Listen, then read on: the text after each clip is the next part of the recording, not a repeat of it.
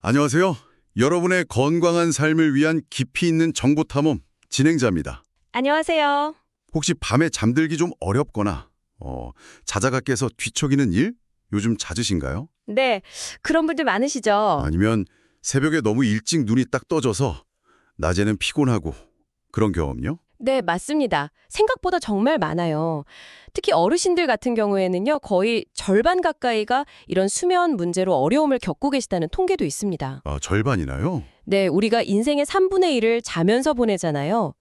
잠이라는 게 단순히 쉬는 게 아니라 정말 우리 몸과 마음의 건강을 다시 챙기는 핵심적인 시간인 거죠. 네. 오늘 저희가요. 여러 병원 의학 정보나 관련 연구 논문들 또 전문가 칼럼 같은 여러분께서 궁금해하실 만한 자료들을 좀 모아봤습니다. 이걸 바탕으로 노년기 수면 문제, 그 핵심을 한번 파헤쳐 보려고 하는데요. 좋습니다. 흔히들 아유, 나이 들면 잠이 줄어드는 게 당연하지 이렇게 생각하시잖아요. 이거 정말 맞는 말일까요? 꼭 그렇다고만은 할 수 없습니다. 물론 네, 생리적인 변화가 있긴 있어요. 아, 있긴 있군요. 네, 잠을 유도하는 그 멜라토닌이라는 호르몬 분비가 좀 줄고요. 또 우리 뇌에서 뭐랄까 수면 스위치 같은 역할을 하는 특정 신경 세포가 있거든요. VLPO 뉴런이라고 하는데 이것도 좀 줄어들고요. 스위치 같은 거요? 그렇죠. 그래서 실제로 잠자는 시간이 조금 줄어들 수는 있어요. 뭐 한 70대가 되면 20대보다 1시간 반 정도 덜 주무실 수도 있고요. 근데 정말 중요한 건요, 시간이 아니에요. 시간이 아니다. 그럼 뭐죠? 바로 질입니다, 질. 짧게 주무시더라도 아침에 개운하다 이러면 괜찮아요. 그런데 오래 누워 계셨는데도 몸이 무겁고 피곤하다. 이러면 뭔가 다른 문제가 숨어 있을 가능성이 큽니다. 아, 질이 중요하군요. 오래 잤다고 다 좋은 게 아니네요. 맞습니다. 그렇군요. 그럼 오늘 잠 못 이루는 밤의 원인부터 시작해서 어떻게 해결할 수 있는지까지 그 여정을 한번 같이 가보시죠. 네. 자, 그럼 한번 자세히 들여다볼까요? 네. 우선 제일 궁금한 건데요. 왜 나이가 들면서 이 잠자는 방식이나 패턴이 달라지는 걸까요? 네. 아까 잠깐 말씀드렸던 그 멜라토닌 감소하고요. 수면 스위치 역할을 하는 그 VLPO 뉴런의 감소. 이게 상당히 큰 영향을 미칩니다. 그 두 가지가요? 네. 이것 때문에 우리 몸이랑 뇌가 가장 깊이 회복하는 단계가 있거든요. 깊은 잠, 서파 수면이라고 하는데 이게 줄어들어요. 깊은 잠이 줄어든다? 네. 그리고 잠들기까지 시간이 더 오래 걸리거나 밤에 자꾸 깨게 되는 거죠. 아, 자꾸 깨는 거 힘들죠. 힘들죠. 또 하나는 우리 몸의 생체시계 있잖아요.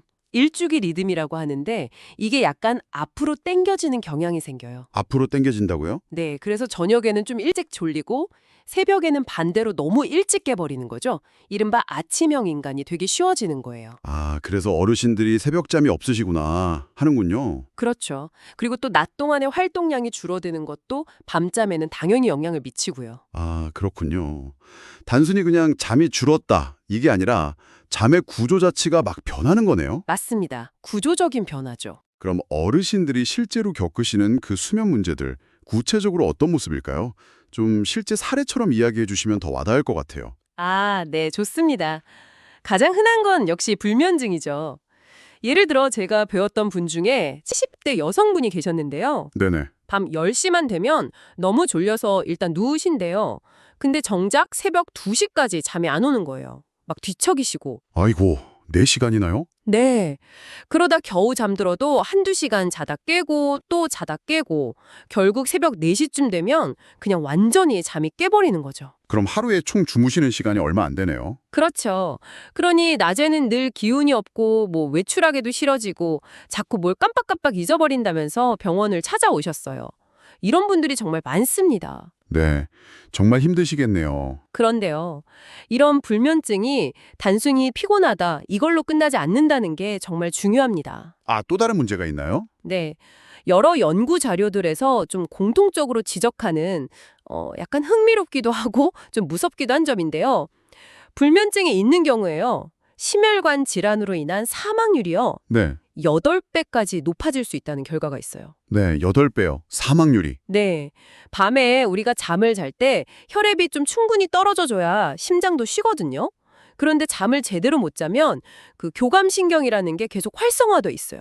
흥분 상태인 거죠. 아, 쉬질 못하는군요. 그렇죠. 그러니까 계속 심혈관계에 부담을 주게 되는 겁니다. 와, 8배라니 이게 그냥 잠 좀 못 자는 문제 이렇게 생각할 게 아니네요, 정말. 절대 아니죠. 그럼 또 다른 흔한 경우는 뭐가 있을까요?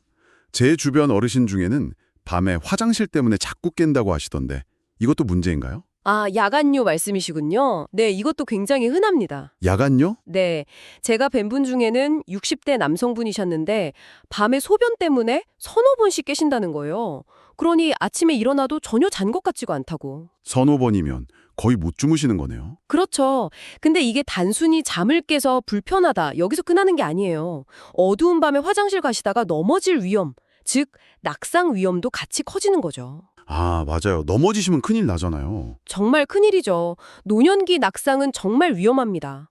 야간요 원인은 저녁 시간에 물을 너무 많이 드셨거나 카페인이나 술 때문에 그럴 수도 있고요. 네. 또 남성분들 같은 경우는 전립선 비대증 혹은 남녀 공통으로 방광 기능 자체가 좀 떨어졌거나 아니면 당뇨병이나 신부전 같은 다른 병이 있거나 드시는 약물, 특히 이뇨제 같은 것 때문에도 그럴 수 있습니다. 원인이 꽤 다양해요. 그렇군요.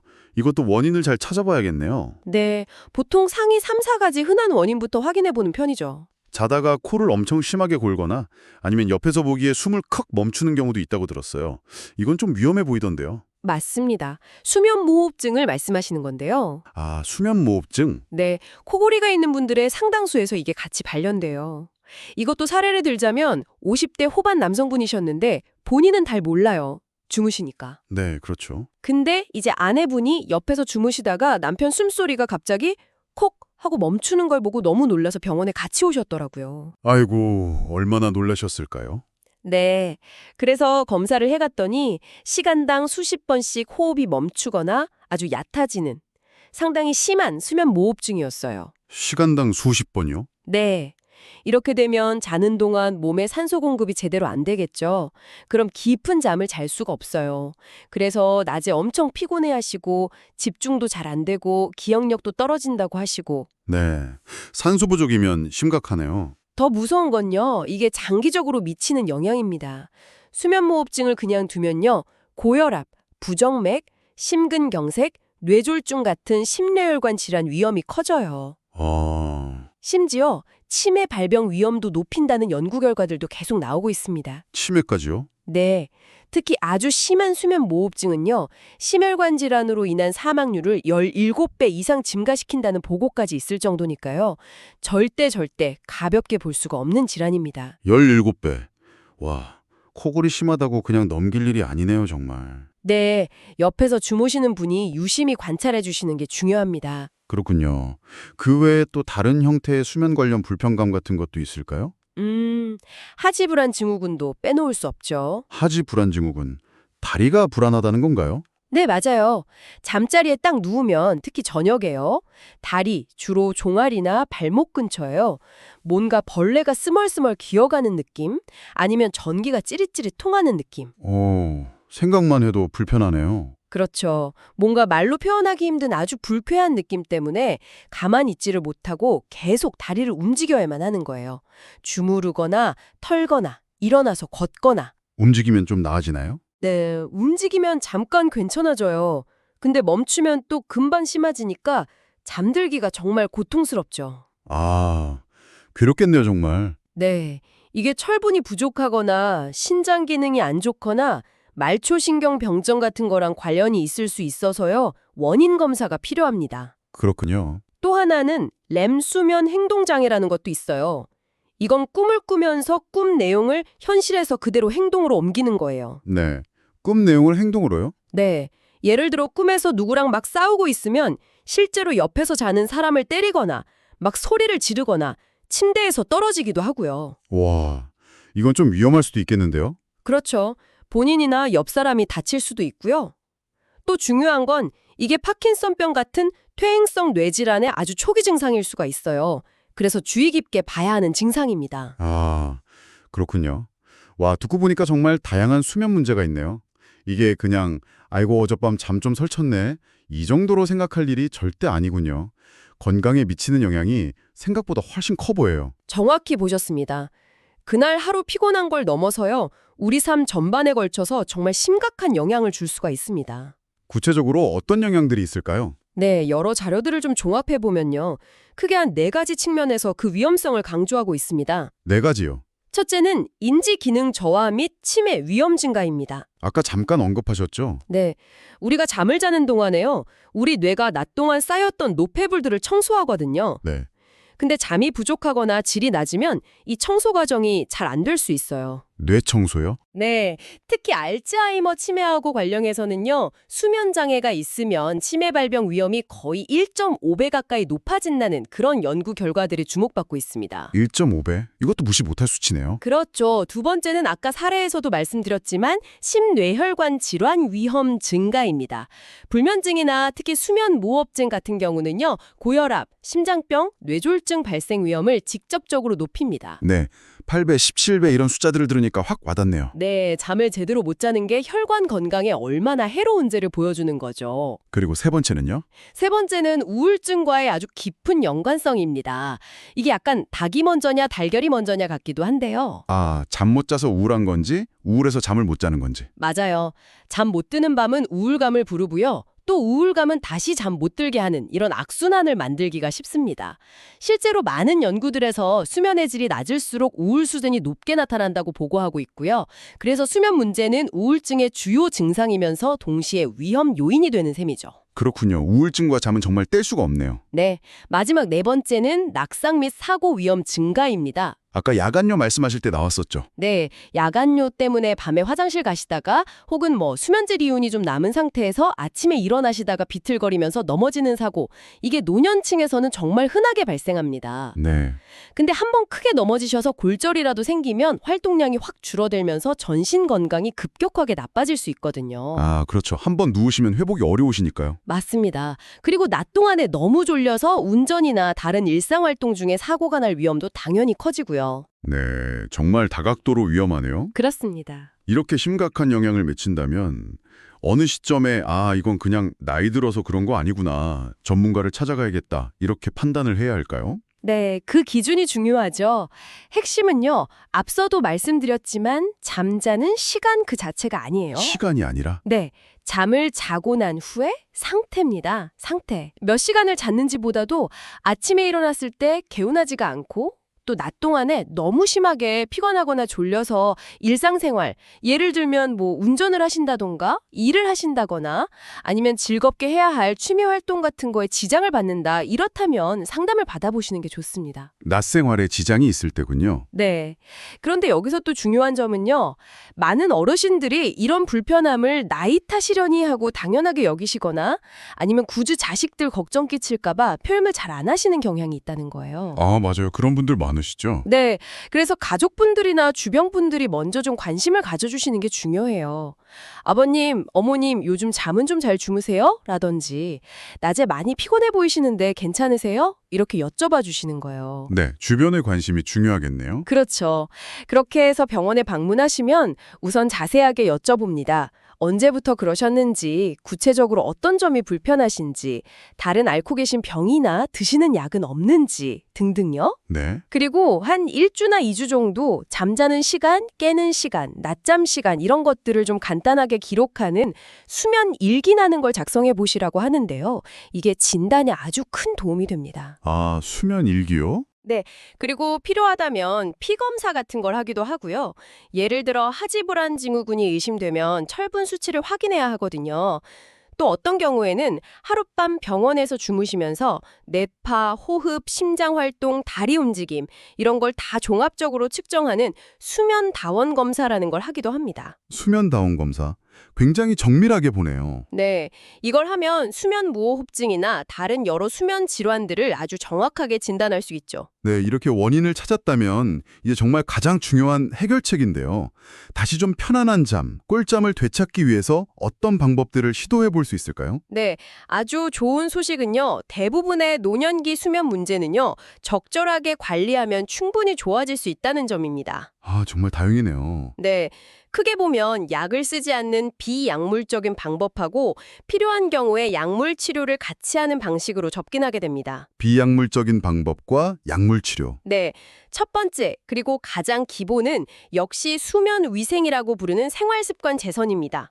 이건 뭐 여러 병원 자료나 건강 정보에서 한결같이 강조하는 부분이죠. 수면 위생이요?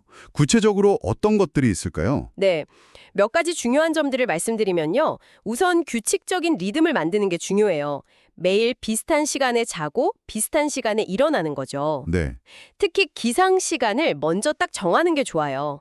예를 들어 나는 매일 아침 7시에 일어나겠다. 정하고 본인에게 필요한 수면 시간, 보통 어르신들은 6에서 8시간 정도인데 그걸 역산해서 취침 시간을 정하는 거죠. 아, 일어나는 시간부터 정하는 거군요. 네, 그게 더 효과적입니다. 그리고 주말에도 평일이랑 너무 차이 나지 않게 비슷하게 유지하는 게 좋고요. 네, 알겠습니다. 또 뭐가 있을까요? 낮 시간을 잘 활용하는 겁니다. 낮잠은 가능하면 피하시는 게 좋은데요. 너무 졸리시면 주무시더라도 오후 3시 이전에요. 한 20분에서 30분 내외로 짧게 주무시는 게 밤잠에 좋습니다. 짧게. 네.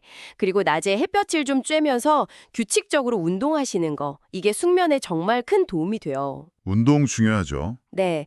다만 잠들기 바로 직전, 한 2, 3시간 전에는 너무 격렬한 운동을 피하시는 게 좋고요. 몸이 너무 흥분하면 잠들기 어려우니까요. 네. 그리고 수면 환경 조성. 침실은 좀 조용하고 어둡고 약간 서늘하게 한 18도에서 22도 정도 유지하는 게 좋습니다. 아, 약간 서늘하게요? 네. 그리고 중요한 거 침대는 오직 잠을 자는 공간으로만 써야 합니다. 침대에 누워서 TV 보거나 스마트폰 하거나 아니면 뭐 내일 할 일 걱정하거나 이런 습관은 정말 안 좋아요. 뜨끔하네요. 그쵸? 잠자는 곳이라는 인식을 확실히 해야 합니다. 네. 또 있네요. 식이 조절도 중요하죠. 잠들기 전에 너무 배부르게 드시거나 카페인, 커피, 차, 초콜릿 이런 거요. 그리고 술, 담배 다 피하시는 게 좋습니다. 술은 잠 잘 온다고 드시는 분들도 계시던데. 아, 그게 오해입니다. 술은 잠드는 데는 잠깐 도움이 될지 몰라도요. 실제로는 깊은 잠을 방해하고 중간에 자꾸 깨게 만들어요. 수면의 질을 아주 떨어뜨립니다. 아, 그렇군요. 그리고 야간류가 있으신 분들은 저녁 식사 이후에는 수분 섭취를 좀 줄이시는 게 도움이 되겠죠. 뭐 따뜻한 우유나 바나나, 체리, 견과류 이런 게 도움이 될 수 있다는 정보도 있는데요. 사실 특정 음식에 너무 의존하기보다는 전반적인 식습관 관리가 더 중요하다고 봅니다. 네. 균형 잡힌 식사가 중요하겠네요. 마지막으로 스트레스 관리입니다. 잠자리에 들기 전에 좀 미지근한 물로 샤워나 목욕을 하시거나 가벼운 스트레칭, 명상, 아니면 그냥 편안하게 누워서 배로 깊게 숨 쉬는 복식호흡 같은 걸로 몸과 마음의 긴장을 좀 풀어주는 거죠. 네, 이완하는 거요? 네. 걱정거리가 너무 많아서 잠이 안 온다 싶으시면요. 잠자리에 들기 한두 시간 전에요. 따로 시간을 내서 걱정 노트 같은 걸 한번 써보시는 것도 방법이에요. 머릿속으로 계속 되뇌는 것보다 훨씬 낫습니다. 아, 걱정 노트. 좋은 방법이네요. 네. 이런 수면 위생을 잘 지키는 게 1단계입니다. 네, 생활 습관 개선이 기본이군요. 그 다음은요? 두 번째는요. 만성 불면증의 경우에는 인지 행동 치료, CBTI라는 게 있습니다. 이게 약물보다도 우선적으로 권장되는 아주 효과적인 치료법이에요. 인지 행동 치료요. 이름이 조금 어려운데 구체적으로 어떤 방식인가요? 사실 어르신들께서 좀 새로운 습관을 들이거나 생각을 바꾸는 게 말처럼 쉽지 않을 수도 있을 것 같은데요? 네, 아주 좋은 질문이십니다. 인지 행동 치료의 핵심은요. 잠에 대한 잘못된 생각. 예를 들면 나는 무조건 8시간은 자야 건강해. 오늘 잠 못 자면 내일 큰일 날 거야. 이런 생각들이요.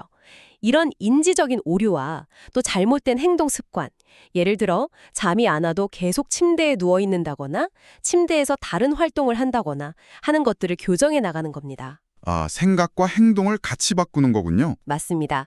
말씀하신 것처럼 처음에는 좀 어색하거나 어려울 수 있어요.